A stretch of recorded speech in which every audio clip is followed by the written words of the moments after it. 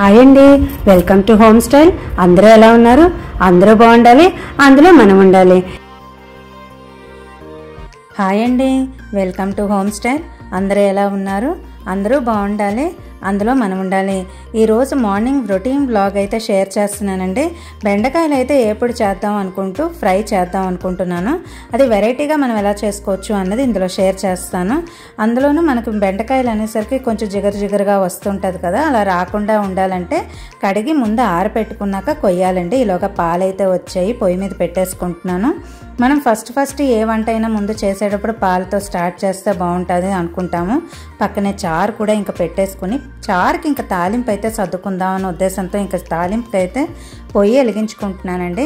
ఇలా చిన్న కడాయిలో తాలింపు వేసుకుంటే మనకు తాలింపులకి దానికి చాలా బాగుందండి. ఇంతకు ముందే షేర్ చేశాను కదా, ఇందస్ వ్యాలీలోంచి తెప్పించుకున్నప్పుడు ఇది ఫ్రీగా వచ్చింది. చారు తాలింపు అనేసరికి మామూలుగా ఆవాలు, జీలకర్ర, ఎండుమిరపకాయలు, కొంచెం ఇంగువ వేసుకుని తాలింపులో వేసుకొని మనం చారు పెట్టుకుంటే సూపర్గా ఉంటుంది. అందరిలాగే చారు పెట్టుకుంటాము, కానీ కొంచెం ఆ సైడ్ అయితే కొంచెం బెల్లం అది వేసుకుంటాము. చారు అయితే ఒక పక్క రెడీ అయిపోతుంది. నేను చెప్పాను కదండి, బెండకాయలు మనం కోసుకొని పెట్టుకునే ముందు తడి లేకుండా ముందు టవల్లో మనం వేసి ఆరబెట్టుకున్నాక మనం ఇలా కోసుకుంటే బాగుంటుంది. బెండకాయల్లో మనకి ముఖ్యంగా మనం పుచ్చులు అవి ఏమి లేకుండా లోపల ఏమి పురుగులు అవి లేకుండా ముందు మనం కట్ చేసుకోవాలి. అందులోనే ఎప్పుడు బెండకాయ ఫ్రై చేసినా సరే మేము చిన్న ముక్కలే కోసుకుంటామండి. కానీ ఇది పొడుగ్గా మనం ఎలా తయారు చేసుకోవచ్చు, వెరైటీగా ఎలా తయారు చేసుకోవచ్చు అన్నది ఇందులో షేర్ చేస్తున్నాను. ఇవ్వండి, కొంచెం గింజలు ఏమైనా మరీ ముదరగా అనిపిస్తూ ఉంటే మొత్తం తీసేసుకొని ఇలా ఘాట్లు పెట్టేసుకొని మొత్తం ఇలా నిలువుగా అటు ఇటు కట్ చేసుకొని నిలువుగా ఇలా కోసుకొని పెట్టుకున్నాను. దీన్ని మనం మగ్గించుకోవాలి. దానికోసం ఇంకా నేను పొయ్యి అయితే వెలిగించుకొని మూకుడైతే పెట్టుకుని కొంచెం ఆయిల్ వేసుకోవాలండి. ఇందులో ఆయిల్ వేసుకుని ముందు మనం మగ్గించేసుకోవాలి. మనకి చాలా రకాలుగా చూపిస్తూ ఉంటారు కదండి, స్టఫ్ చేసినట్టు అలాగా. కాకపోతే బెండకాయలు మన దగ్గర దొరకడం ఇలా చిన్నవి లేతవి దొరికితే అలా స్టఫ్ చేయడానికి కుదరదు. ఇప్పుడు ఇంకా ఉప్పు అయితే వేసేసుకొని దీన్ని బాగా మనం మగ్గించేసుకొని ఫ్రై చేసుకోవాలండి. బెండకాయలు అనేసరికి కొంతమంది ఇష్టపడతారు, కొంతమంది ఇష్టపడరు ఆ జిగురు. దీనికోసం ఇలా మనం కడిగి ఆరపెట్టుకుని కోస్తే జిగురుగా మనకి ఏగించినా సరే మగ్గించినా సరే అలా ఉండదు. ఇది ఒక చిన్న టిప్ అనైనా చెప్పుకోవచ్చు. బెండకాయ ఇష్టపడని వాళ్ళు ఇలా తయారు చేసుకుంటే ఎవరైనా తినగలిగినంత ఈజీగా తయారు చేసుకోవచ్చు. ఇప్పుడు చూసారు కదా, కొంచెం ఆయిల్ కొంచెం ఉప్పు ఇలా వేసుకొని మనం మగ్గించేసుకుంటే మనం ఈ లోపల మనం దీనికి మిక్స్ చేసుకోవడానికి ఎలాంటి మసాలాలు ప్రిపేర్ చేయాలి అన్నది మీరు ఎండ్ వరకు స్కిప్ చేయకుండా చూస్తే మీకు అర్థమవుతుందండి. మాకు పొద్దున్నే కొంచెం అడావిడనే చెప్పుకోవాలి. ఎక్కువ మనం భోజనాలు తినేటప్పుడు మనకి ఏదైనా ఫ్రై ఇలా చేసి పెట్టుకుంటే బాగుంటుందని అనిపిస్తూ ఉంటుంది. నార్మల్గా ఉప్పు కారం వేసుకొని ఫ్రై చేసుకున్న దానికన్నా ఇప్పుడు నేను మసాలా చూపిస్తున్నాను చూడండి. ఇది తయారు చేసి పెట్టుకుంటే మీరు ఏ ఫ్రై అయినా చేసుకోవచ్చు. ఒక 2 స్పూన్లు ధనియాలు, 1 స్పూన్ జీలకర్ర, కొంచెం మిరియాలు, ఇలా దాల్చిన చెక్క అన్నీ వేసుకుని మనం ఫ్రై చేసుకోవాలి. ఇప్పుడు చూసారు కదా, ఇందులో నేను కొంచెం ఒక పెసరు దాల్చిన చెక్క, 1 ఇంచు దాకా దాల్చిన చెక్క కూడా వేసుకుంటున్నానండి. ఇలా మొత్తం మనం ఫ్రై చేసుకోవాలి. ఈలోగా దీనికి మిక్స్ చేసుకుని ఏది మనం డ్రై రోస్ట్ ఏది మనం తయారు చేసుకోవాలి అని చెప్పి ఇందులో చూపిస్తున్నాను.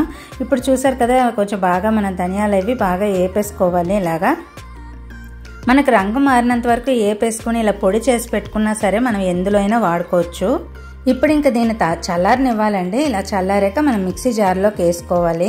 మన ఇష్టమే, మనం ఇందులో పప్పులు కూడా యాడ్ చేసుకోవచ్చు.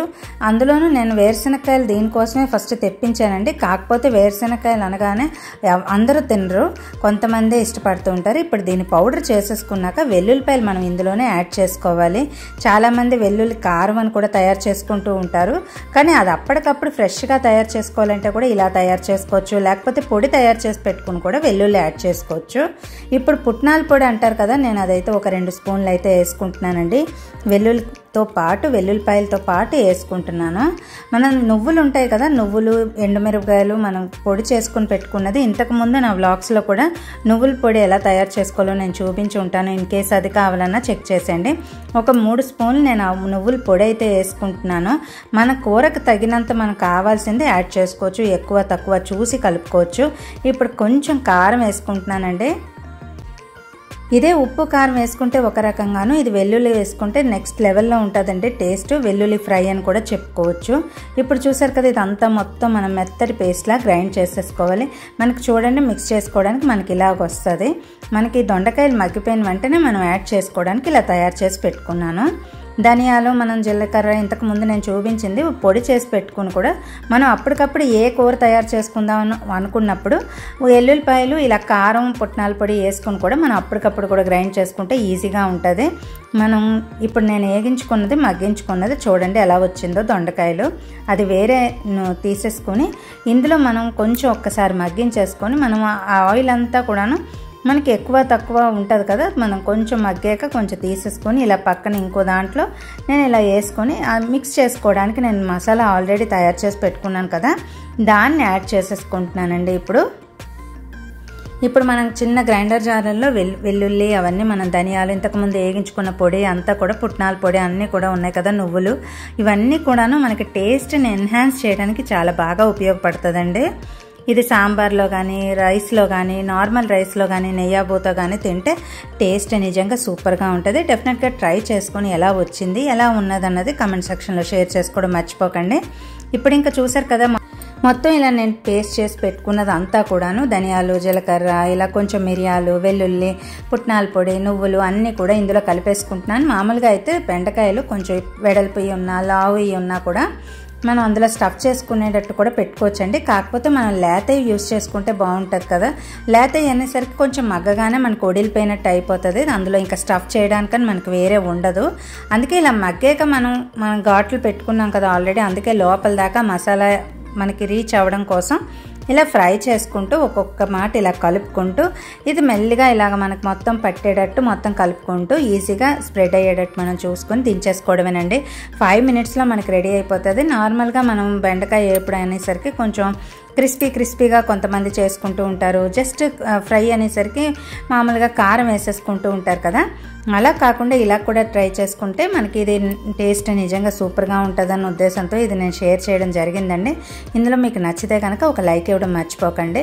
ఇప్పుడు చూసారు కదా మొత్తం కర్రీ అంతా మనకు కలిసేటట్టు మనం చేసుకున్న మసాలా పెట్టుకున్నదంతా మనం ఇలా ఫ్రై చేసుకున్నది ఇలా మొత్తం కలిపేసుకోవాలి. ఇది మనకి సెట్ అవ్వడానికి ఒక 5 to 10 మినిట్స్ పడుతుందండి. ఒక 5 మినిట్స్లో మొత్తం మనకి స్ప్రెడ్ అయినట్టు మనకు కర్రీ అంతా మనకు కలిసేటట్టు కలుపుకుంటే టేస్ట్ బాగుంటుంది.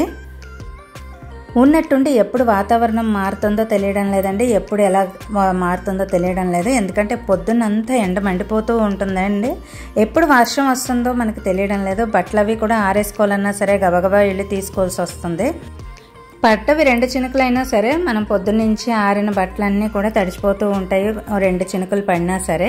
ఇంకా కర్రీ అయితే రెడీ అయిపోయిందండి. చూసారు కదా చాలా సూపర్గా చాలా టేస్టీగా సెట్ అవ్వడానికి మనం వేసిన మసాలా అంతా స్ప్రెడ్ అవ్వడానికి ఒక 5 to 10 మినిట్స్ ఇలా మనం పొయ్యి మీద ఉంచేసుకుంటే ఆ కారం దానికి పట్టి ఆ ఎల్లుల్లిపాయ ఫ్లేవర్ కూడా ఈ కర్రీకి పట్టి మనకి టేస్ట్ బాగుంటుంది. ఇదే లాస్ట్ ఫైనల్ లుక్ అయితే కర్రీ అయితే ఇలా వచ్చిందండి. ఇదే మనకు కొంతమంది మనకి నచ్చని వాళ్ళు ఉంటారు కదా, ఫ్రై అంటే బెండకాయ ఫ్రై అంటే నచ్చని వాళ్ళు ఉంటారు కదా, అలాంటి వాళ్ళు కూడా ఇది ఈజీగా తింటారు. ఇంకా చెప్పాను కదండి వర్షం ఎప్పుడు పడుతుందో తెలియడం లేదు, ఎప్పుడు వస్తుందో తెలియడం లేదు. ఇంకా సాయంత్రం అయ్యేసరికి ఇలా వాన అయితే మా ఊర్లో ఇలా పడిపోతుందండి. మరి మీ ఊర్లో వాతావరణం ఎలా ఉన్నదని డెఫినెట్గా నాతో షేర్ చేసుకోవడం మర్చిపోకండి. చూసారు కదా పిల్లలు స్కూల్ నుంచి వచ్చే టైము మా మేడ మీద ఉంటారండి. పిల్లలు వచ్చే టైము ఇలాగ వర్షం నాతో తడుచుకుంటూ వచ్చారు. ఇలా బయటకు వచ్చి చూసేసరికి ఇంకా బట్టలు అయితే బయటే ఉన్నాయండి. సరే ఇంకా ఆరుతాయి అన్న ఉద్దేశంతో ఉంచేసాను. కాకపోతే కొంచెం అప్పటికప్పుడు వర్షం పెద్దది అయిపోవడంతో కొంచెం అవన్నీ తడిచిపోయిన బట్టలన్నీ మళ్ళీ వేరేగా బండి మీద వేసుకుని చూసారు కదా పిల్లలు ఎలా తడిచిపోయి వస్తున్నారో. ఇది మేబీ క్లైమేట్ చేంజ్ అనుకుంటానండి. పొద్దున్నంతా ఎండగా ఉంటుంది, సాయంత్రం వర్షం పడిపోతుంది, లేకపోతే ఎప్పుడు మబ్బేస్తుందో కూడా తెలియడం లేదు. మొన్న అయితే పిడుగుపాటుకు గురై కొన్ని ప్రాంతాలు అయితే మా వీధిలో కొన్ని ఎలక్ట్రానిక్ వస్తువులు అయితే పాడైపోయాయి అన్నారండి. చూసారు కదా బట్టలు అయితే బయటే ఉండిపోయి కొన్ని తీసాను, ఇంకా కొన్ని తీయలేదు. అంతేనండి ఇవాళ వీడియో. నచ్చితే లైక్ చేయండి, షేర్ చేయండి, కమెంట్ చేయండి, సబ్స్క్రైబ్ చేయడం మర్చిపోకండి. Thank you for watching. కదా అంతేనండి. నచ్చితే లైక్ చేయండి, షేర్ చేయండి, కమెంట్ చేయండి, సబ్స్క్రైబ్ చేయడం మర్చిపోకండి. Thank you for watching.